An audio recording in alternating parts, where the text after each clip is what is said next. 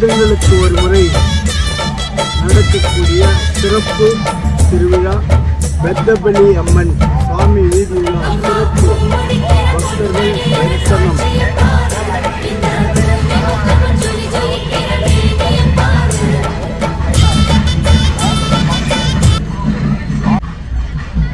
மேல் நிம்மிம்பட்டு பெத்தபலி அம்மன் சாமி வீதி உலா சிறப்பு பெத்தபலி அம்மன்